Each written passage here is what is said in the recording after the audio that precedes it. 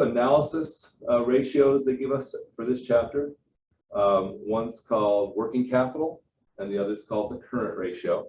And the reason they haven't given us the current ratio yet is because we hadn't differentiated current assets from property, plant, and equipment. Now that they've given you that concept, they're going to throw that in here.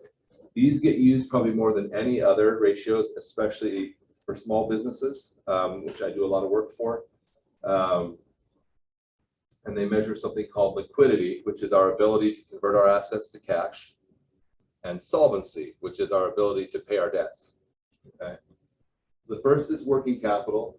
It's the excess of current assets over current liabilities. So we'll calculate working capital as current assets minus current liabilities.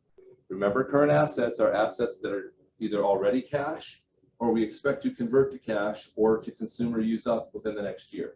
So really, it's like money available for use, as opposed to, you know how if your grandma ever bought you savings bonds or something, you had money, but it wasn't actually money you were allowed to use because it wasn't mature yet. And so this is money that you're able to use in the next year. So working capital, current assets minus current liabilities. Current liabilities are those debts that are going to be due within the next year. So this measures our solvency. Are we going to have enough cash available to pay off our debts? Does that make sense? So working capital is just our current assets minus our current liabilities. If this number is negative, it means we don't have enough current assets to cover our current liabilities. We're going to have to generate some, right, through hopefully collecting money from people that owe us or selling more stuff to people and collecting cash.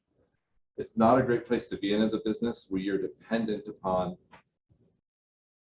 you know, new business to pay your debts. It's sort of like it's not a great place to be in financially as an individual if you have debts that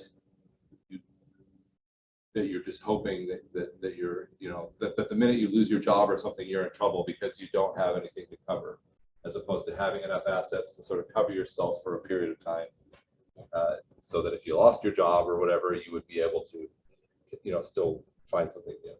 Working capital equals current assets minus current liabilities.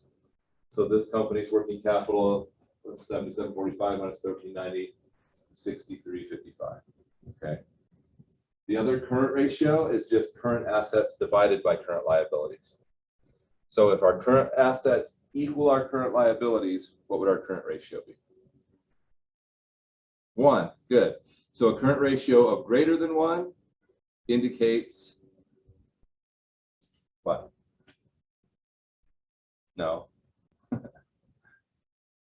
It indicates we have more current assets than we have current liabilities.